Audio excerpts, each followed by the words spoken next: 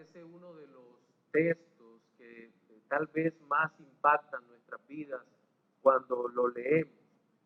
No sé si usted recuerda aquel encuentro entre nuestro Señor Jesucristo y Nicodemo, en donde, de hecho, no voy a predicar ese pasaje, quiero usarlo como historia introductoria por la relación que tiene todo el Evangelio de Juan. Nicodemo se presenta de noche ante el Señor y empieza a hacer una serie de preguntas a las cuales el Señor Jesucristo lo interrumpe en lo que parece ser una manera abrupta y le dice, te es necesario nacer de nuevo. Y más allá de eso, el Señor le dice que ese nuevo nacimiento le va a permitir poder ver y entrar en el reino de los cielos.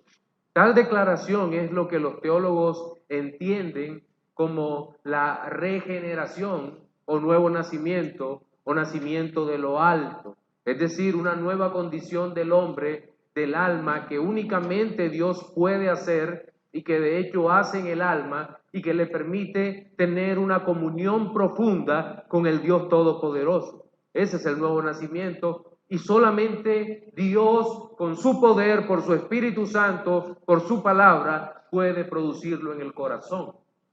Ahora bien, cuando tenemos el nuevo nacimiento, por una parte, que produce fe en el Señor para creer y abrazar por esa fe la salvación, por otra parte tenemos el mundo tratando de imitar todo lo que el Señor hace. Es decir, el mundo trata de imitar ese nuevo nacimiento poniendo normas morales más allá de lo que Dios ha dado, y de esa manera intenta hacerle creer al hombre que puede alcanzar la salvación a través de su propio esfuerzo, lo cual no es posible. Lo que produce en el corazón del no creyente el esforzarse en su propia fuerza para lograr lo que no puede lograr es cada vez más y más incredulidad. Una incredulidad perversa que puede ponerse una máscara de piedad. De hecho, nuestro sermón de hoy lleva por título La falsa piedad de los incrédulos. La falsa piedad de los incrédulos. Y creo que el principal problema que tiene que resolver el no redimido es que no puede ver a Dios y rendirse a Él. Aun cuando el Señor esté delante de sus ojos, para Él es imposible conocer a Dios, escuchar a Dios, contemplar el reino de los cielos, entrar en el reino de los cielos. Y digamos que cada día se va endureciendo más y más y más el corazón sin la luz de Cristo, aun cuando Cristo esté delante de sus ojos. Y quiero que usted me acompañe en la lectura que servirá como base para nuestra exposición dominical de hoy, que se encuentra en el Evangelio según San Juan, el capítulo 11 y los versículos 45 hasta el 57. Repito, Juan capítulo 11, desde el versículo 45 hasta el versículo 57.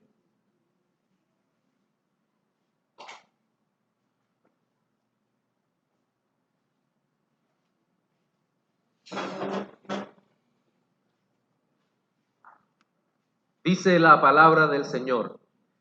Entonces, muchos de los judíos que habían venido para acompañar a María y vieron lo que hizo Jesús, creyeron en él. Pero algunos de ellos fueron a los fariseos y les dijeron lo que Jesús había hecho. Entonces, los principales sacerdotes y los fariseos reunieron el concilio y dijeron, ¿qué haremos? Porque este hombre hace muchas señales. Si le dejamos así, todos creerán en él, y vendrán los romanos y destruirán nuestro lugar santo y nuestra nación. Entonces Caifás, uno de ellos, sumo sacerdote aquel año, les dijo, vosotros no sabéis nada, ni pensáis que nos conviene que un hombre muera por el pueblo y no que toda la nación perezca. Esto no lo dijo por sí mismo, sino que como era el sumo sacerdote aquel año, profetizó que Jesús había de morir por la nación. Y no solamente por la nación, sino también para congregar en uno a los hijos de Dios que estaban dispersos. Así que desde aquel día acordaron matarle. Por tanto, Jesús ya no andaba abiertamente entre los judíos, sino que se alejó de allí a la región contigua, al desierto, a una ciudad llamada Efraín, y se quedó allí con sus discípulos. Y estaba cerca la Pascua de los judíos, y muchos subieron de aquella región a Jerusalén antes de la Pascua para purificarse. Y buscaban a Jesús, y estando ellos en el templo, se preguntaban unos a otros, ¿qué os parece? ¿No vendrá a la fiesta? Y los principales sacerdotes y los fariseos habían dado orden de que si alguno supiese dónde estaba, lo manifestase para que le prendiesen. Pueden sentarse. El texto que acabamos de leer se desarrolla justo después de uno de los más grandes milagros que solo el Hijo del Hombre podía hacer. Me refiero a la resurrección de Lázaro. Y justo la resurrección de Lázaro es un punto importantísimo en el ministerio del Señor, porque Juan lo ubica justo tal vez un mes antes de la crucifixión, pasión, muerte y resurrección de nuestro Señor Jesucristo. Y aquel milagro tenía un propósito muy grande que aparece ilustrado en el versículo 42, donde el Señor le dice, yo sabía que siempre me oyes, el Hijo le dice al Padre, pero lo dije por causa de la multitud que está alrededor para que crean que tú me has enviado. Es decir, el propósito era que ellos creyeran que el Padre había enviado al Hijo. Justo ese milagro tenía ese propósito, pero cuando entramos al texto que exponemos hoy, vemos que muchos cumplieron ese propósito y creyeron en la persona de Cristo. Es más, la declaración final del versículo 45 es, creyeron en Él. Pero luego a partir del versículo 46 viene un segundo aspecto, y es un grupo de personas que evidentemente no creen en el Señor. Mi énfasis va a ser en esa parte de la Escritura, en ese grupo de personas que no creyeron. Es decir, los incrédulos, que estando delante del Señor, viviendo con el Señor en el mismo tiempo, en el mismo lugar, fueron incapaces de ver al Señor y de creer en el Señor. Ya la última parte del sermón tiene que ver cómo nuestro Señor Jesucristo trata la incredulidad. Entonces esos son los tres aspectos que vamos a mirar en nuestro sermón dominical de hoy, y vamos a iniciar hablando de la verdadera piedad como regalo del cielo. En el versículo 45 que acabamos de leer, dice que muchos de los judíos que habían venido para acompañar a María y vieron lo que hizo Jesús, creyeron en él. Esto es bien interesante porque no se menciona a las dos hermanas.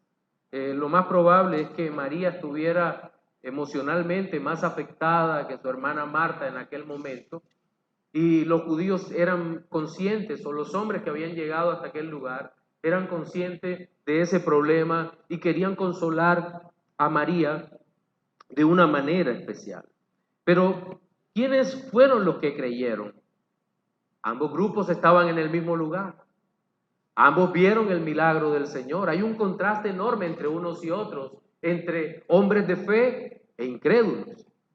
¿Qué los distinguía? ¿Qué los hacía diferentes unos de otros? Por la analogía de la fe o por toda la Escritura, sabemos que solamente puede creer en Cristo aquel que tiene fe. Pero también entendemos que la fe no nace en el corazón de hombres impíos. La fe no es algo que aparezca espontáneamente. Eso es algo así como pedirle buen fruto a un zarzal o a un árbol de espinas.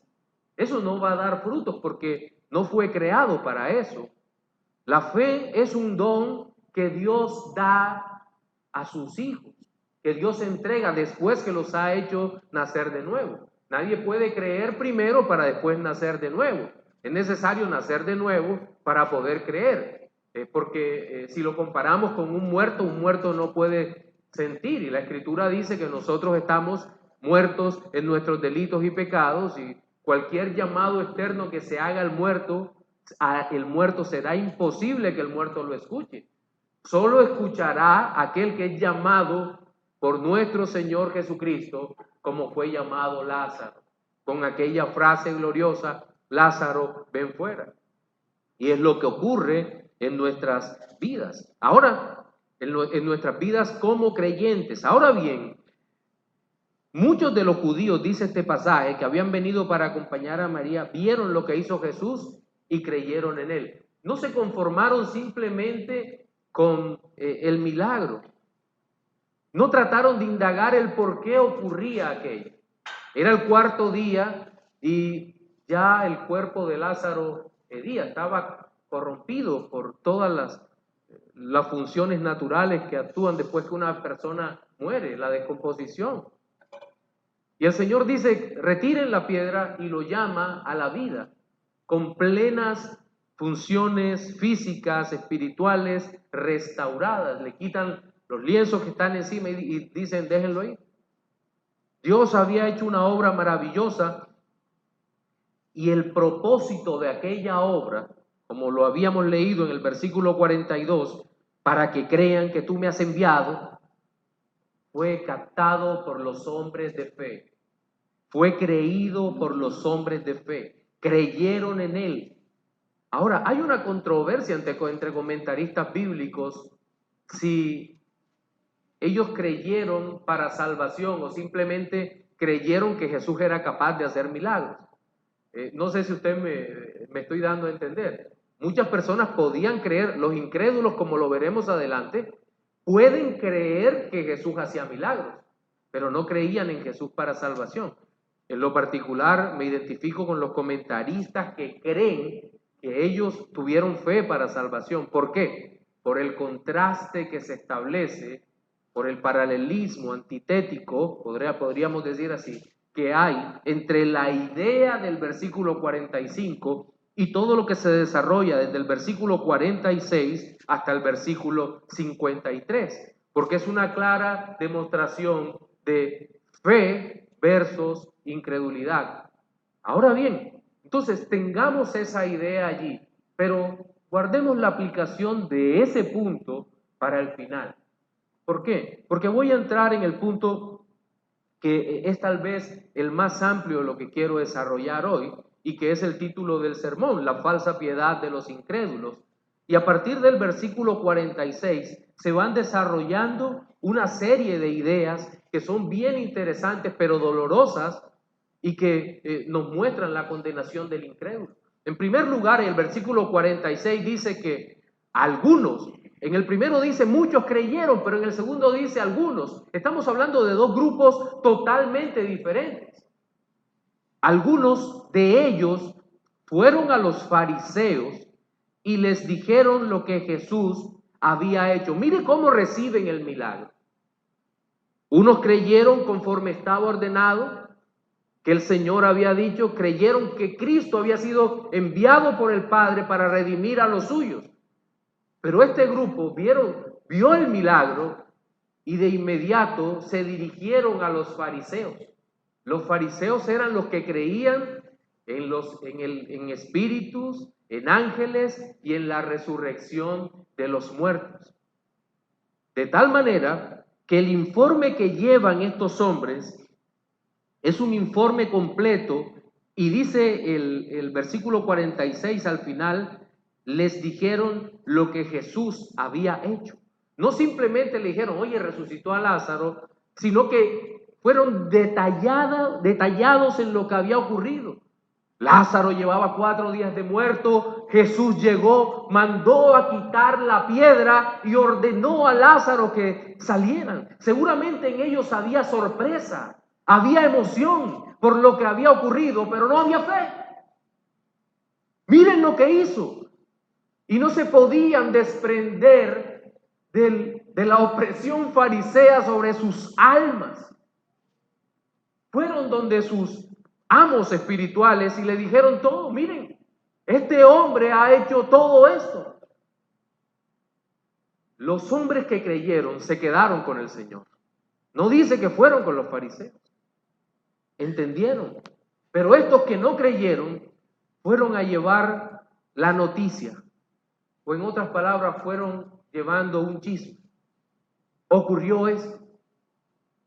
Ahora bien, en el versículo 47 nos muestra cómo son vistas las señales de Cristo, pero no entendidas.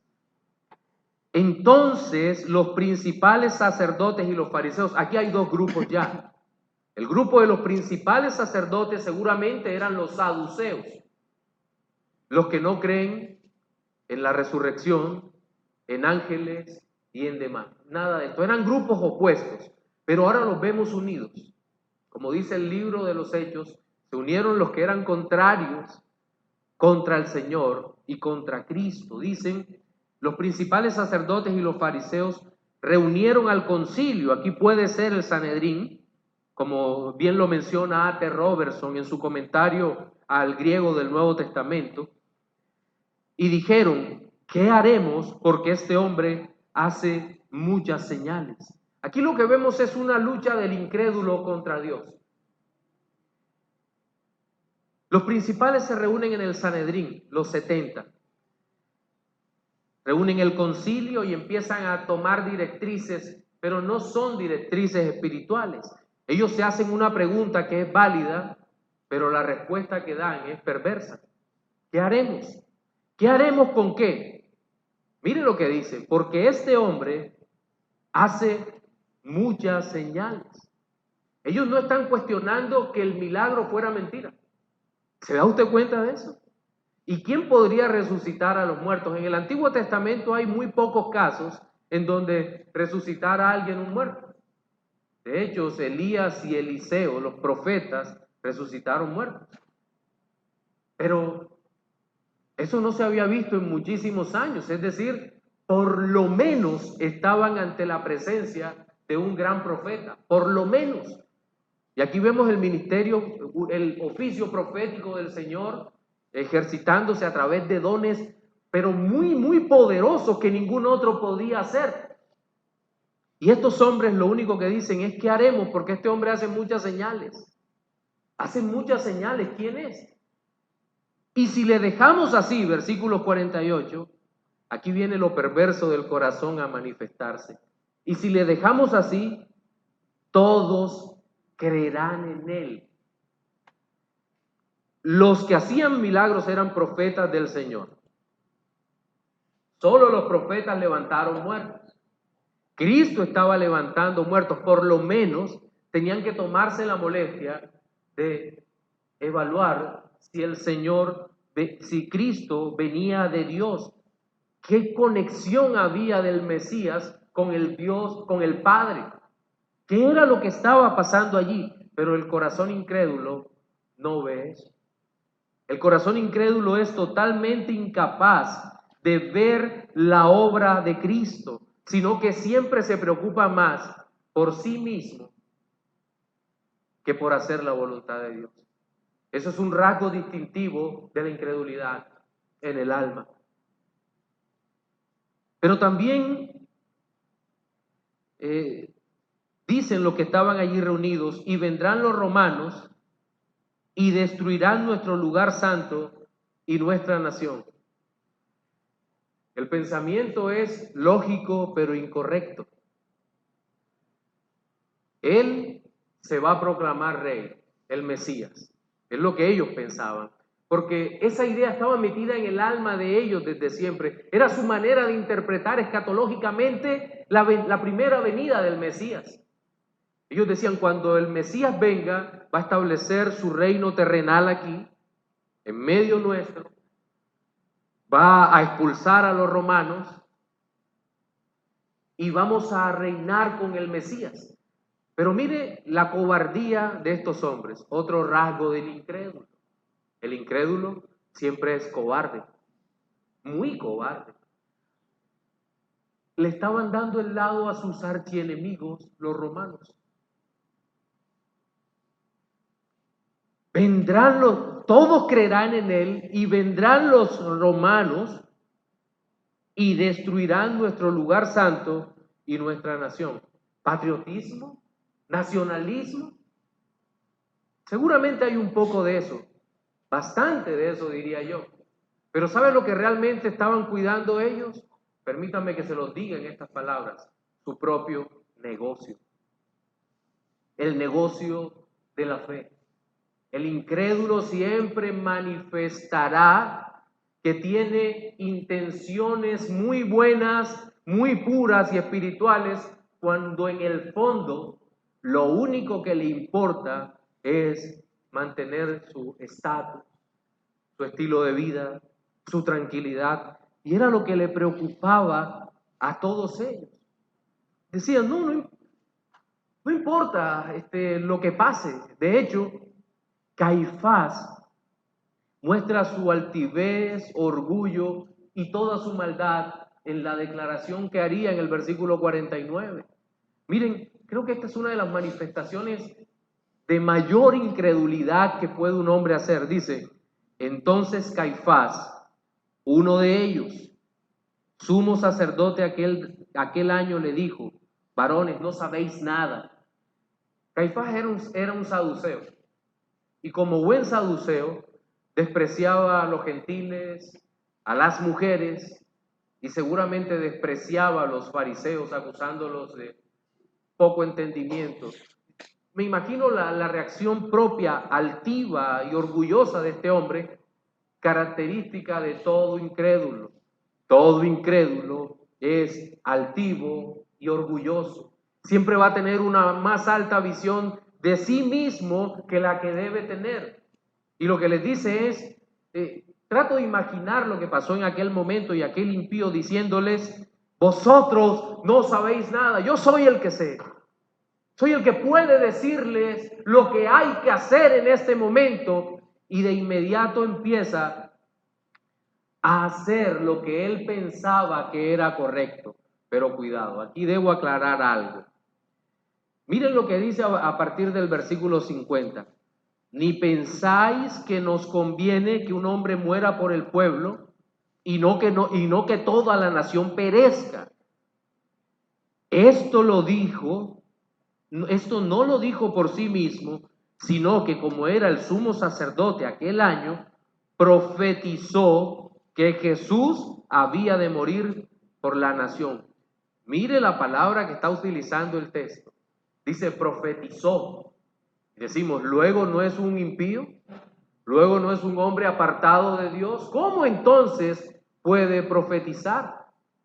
Bien, quiero que vayamos, por lo menos nuestra memoria retroceda un poco en el tiempo, en la línea de tiempo de la historia de la redención, y vayamos hasta la época de un rey llamado Balac, que estaba muy preocupado porque Israel continuamente iba avanzando hacia él, y este hombre muy místico dijo, la única manera que yo puedo derrotar al pueblo de Israel es a través de una maldición. Y entonces manda a llamar a un falso profeta llamado Balaam, y le dice, Balaam, yo te puedo enriquecer, puedo llenar tus bolsillos, pero lo único que te pido es que tú maldigas a un pueblo que viene azotando a todas las demás naciones y que va a luchar contra mí. Tengo miedo, ayúdame, Balaam. Y el falso profeta Balaam se propone a levantarse, pero el Señor le dice, no vayas. El resto de la historia usted la conoce. El Señor pone a hablar a la burra de Balaam, y termina Balaam bendiciendo al pueblo de Dios con una bendición maravillosa donde le dice, no veo pecado en ti. Y el pueblo acababa de tener el problema de los 10 espías que dieron un mal concepto, de la rebelión de Datán y Abirán. El pueblo murmuraba. El libro de Números es uno de los libros más deprimentes en ese sentido, hasta que vemos las palabras esperanzadoras de un falso profeta. Y eso es lo maravilloso en Dios. Pero también en la Escritura vemos a un tal rey Saúl, primer rey de Israel, profetizando. Un impío, sí. También Saúl entre los profetas, dice el texto bíblico. Pero ahora está tal vez uno de los hombres que lleva una de las banderas de ser los más impíos y perversos del mundo, llamado Caifás, yerno de Anás, sumo sacerdote aquel año. No significa eso que cambiaran el sumo sacerdote cada año. De hecho, Caifás fue sumo sacerdote entre el 18 DC hasta el 36 después de Cristo. Es decir, tuvo una época bastante larga y es cierto que a veces los romanos cambiaban el sumo sacerdote, pero por lo general el romano trataba de respetar el nombramiento vitalicio, aunque no estuviera conforme a la ley del sumo sacerdote judío. Pero entonces Caifás dice, vosotros no sabéis nada, ni pensáis que conviene, ni pensáis que nos conviene que un hombre muera por el pueblo y no que toda la nación perezca. Profecía genuina, dada por un impío. ¿Por qué lo sabemos? Un hombre en lugar de la nación. El inocente por los impíos. El justo por los injustos. Expiación. En lugar de. Está hablando de expiación. En lugar de. Este hombre malvado estaba siendo usado por Dios. Dice el versículo 51, esto no lo dijo por sí mismo, sino que como era el sumo sacerdote aquel año, profetizó que Jesús había de morir por la nación, ofrendar su vida por la nación. Era una solución perversa, pero Dios lo usó. Es mejor entregar a este inocente para que no perezcamos nosotros. ¿Está usted viendo la dimensión de esto? Sí, sabemos que es inocente. Sabemos que hace milagros, que probablemente es un hombre de Dios. Pero a nosotros nos conviene que Él muera en lugar de la nación. Eso es sabiduría animal, perversa, demoníaca. Pero el Señor lo usó. ¿Qué significa eso? Que ser usado por Dios no significa ser aprobado por Dios. ¿Cuántos falsos predicadores de la doctrina de la prosperidad son usados por Dios para que muchos crean? Creo que hay muchísimos casos de eso. Muchísimos casos. Y aquel hombre tiene un pie ardiendo con las llamas del infierno y el otro se va prendiendo. Pero es usado por Dios para que sean muchos salvos. ¿Y eso lo hace un hombre de Dios? En ninguna manera. Lo hace instrumento de Dios. Y Caifás aquí estaba siendo un instrumento de Dios, pero no un instrumento precioso de Dios. Este hombre profetizó que Jesús había de morir por la nación. Y en la narrativa añade el apóstol Juan, inspirado por el Espíritu Santo, y no solamente por la nación, mire hasta dónde llega esto, sino también para congregar en uno a los hijos de Dios que estaban dispersos. El alcance de la expiación, aunque fuera para su pueblo, reconocía que el pueblo de Dios no solamente era la nación física de Israel, descendiente del linaje de Abraham, sino que en medio del mundo habría muchos que creerían en Jesucristo, y no solamente durante el tiempo del primer siglo, sino que a través del tiempo, año tras año, siglo tras siglo, hasta la segunda venida de nuestro Señor Jesucristo, muchos creeríamos en Él. Muchos seríamos tocados por el poder del Espíritu Santo, por su palabra, y el Señor nos daría vida y nos congregaría en un solo pueblo que adorara al Señor. Y nosotros podemos decir, ¡qué maravilloso es eso! Entonces, ¿cómo terminó aquel concilio? Con una frase maravillosa, sí, ¿cómo no? Versículo 53. Así que desde aquel día acordaron humillarse ante el Señor. ¿Dice así el texto? Acordaron matarle. Las decisiones de los incrédulos siempre serán contrarias a Dios. Si el impío pudiera matar a Dios, lo haría.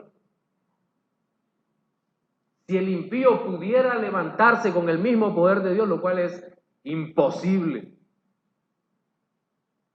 humillaría a Dios para hacer su propia voluntad, porque su alma está llena de el diabólico pensamiento no regenerado que lo aleja cada vez más del Señor.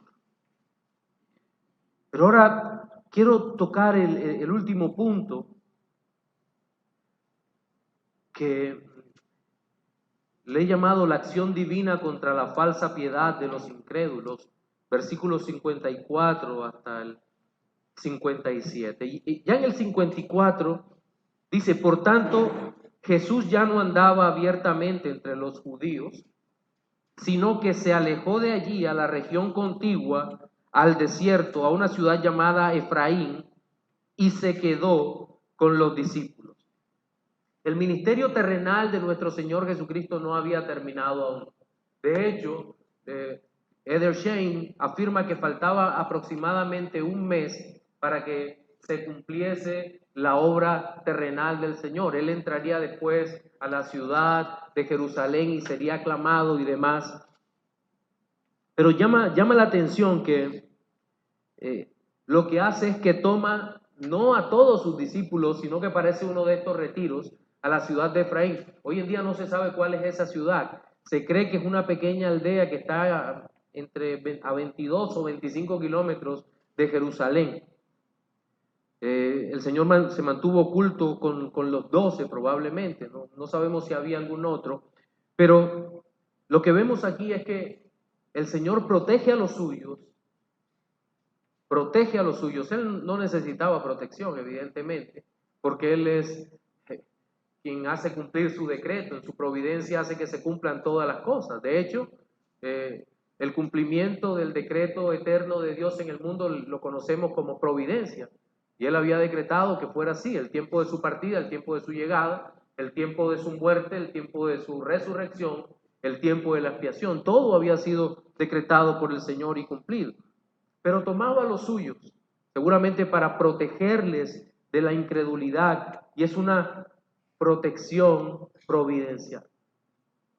Guarde esa idea en su alma. Sé que seguramente Dios estará mostrando muchas cosas allí de cómo Él protege a su pueblo. Pero ya en el versículo 55 dice que estaba cerca la Pascua de los judíos, y muchos subieron de aquella región a Jerusalén antes de la Pascua para purificarse. Y aquí nuevamente vemos que el Señor es cuidadoso en guardar toda la ley que había traído, que Él había dado previamente para que se cumpliera toda justicia. Y en el versículo 56 dice que los fariseos buscaban, o todo el Sanedrín buscaban a Jesús, y estando ellos en el templo se preguntaban unos a otros, ¿qué os parece? ¿No vendrá a la fiesta? ¿Sabe cuál era la preocupación aquí de los malvados? Que Jesús no fuera y no lo pudieran prender, no lo pudieran agarrar. Entonces, también vemos cómo el Señor iba a cumplir su obra expiatoria a pesar de la oposición de los incrédulos. Y eso es algo que debemos tener claro. Dios cumplirá su propósito en nosotros. Cumplió su propósito para salvación. ¿O acaso Satanás no se opuso a la obra de Cristo? ¿No se atrevió a tentarlo? En los evangelios sinópticos aparece la tentación de Cristo muchas veces. Satanás lo tentó para que no se cumpliera el propósito. Satanás lo atacó en Getsemaní para que no se cumpliera el propósito. Pero la pregunta es, ¿cumplió el Señor su propósito salvador? Sí, lo cumplió. Ese es el propósito máximo, glorioso, que nosotros como hombres podemos ver en nuestra vida. Cristo cumplió la salvación de los suyos, de su pueblo. Y si usted ha creído en el Señor, usted está dentro de ese propósito. Pero hay un propósito también que, si bien tenemos que conectarlo con la salvación, es el cumplimiento del propósito personal, particular de Dios en nosotros, en nuestra existencia. Amigo, hermano, no hay nadie que pueda evitar que el Señor Jesucristo cumpla su propósito en ti. Nadie. Se puede levantar el mismo Satanás y podemos tener miedo, pero Cristo cumplirá su propósito en nuestras vidas. Y no es el propósito de darnos un mejor empleo, no lo sé si lo hará. No es el propósito de que seamos felices en esta tierra, no sé si lo hará. No lo sé. Pero el propósito que tiene Cristo con cada uno de sus hijos, con cada uno de nosotros, es llevarnos a feliz término en la eternidad. Y nadie puede frustrar eso. Seguramente hoy tú puedes tener dudas de muchas cosas. Puedes dudar los que están pasando necesidades, si comen o no, si visten o no, si sanarán o no los que tienen enfermedades muy difíciles. Puedes dudar de eso y entristecerte, pero jamás podrás dudar de que un día estarás con Cristo. Jamás lo podrás dudar. Y que un día el Señor te dirá: buen siervo eres. Y no habrá palabras de más gozo para nosotros en toda la eternidad. Nadie podrá evitar eso. En el versículo 57 dice que los principales sacerdotes, saduceos y fariseos habían dado la orden de que si alguno supiese dónde estaba, lo manifestase para que lo prendiese. Ellos habían celebrado un juicio injusto. Ya habían acordado cómo tendría que ser juzgado el Mesías y ni siquiera estaba presente, violando la propia ley que ellos habían dado. Habían dicho todo lo que tenían que decir y hecho todo lo que tenían que hacer para cuidar y mantener su propio vientre lleno, su propia religiosidad activa, su propia falsa ley allí. No obstante, el Dios Todopoderoso iba a cumplir su glorioso y eterno propósito. En nuestro sermón dominical de hoy vimos 3 aspectos relacionados con la falsa piedad de los incrédulos, aunque nuestro primer punto habló sobre la verdadera piedad como regalo de Dios, de Cristo. En segundo lugar, el punto más amplio trató sobre la falsa piedad de los incrédulos. Y finalmente vimos la acción divina contra la falsa piedad de los incrédulos. Hay unas aplicaciones o reflexiones finales para los no creyentes. Amigo, seguramente la percepción que tienes de Dios es bastante parecida a la de los saduceos y fariseos. Cristo puede estar delante de ti y no lo vas a ver. No hay manera humana de que lo puedas ver, a menos que te rindas a los pies de Cristo. Suplícale que te conceda arrepentimiento y fe. Y ven a los pies de Cristo pidiéndole perdón para que puedas ver y entrar en el reino de los cielos y gozar de Él para siempre. Para los creyentes, hemos nacido de nuevo con nueva vida que el Señor nos ha dado y por eso somos salvos. Podemos disfrutar de la presencia de Cristo en cada momento. Pero decía hace un instante, lo que no podemos hacer jamás es dudar que un día el Señor se glorificará totalmente en nuestras almas, nos llevará a su presencia y será el mejor día de nuestra vida para siempre. Amén. Señor, te damos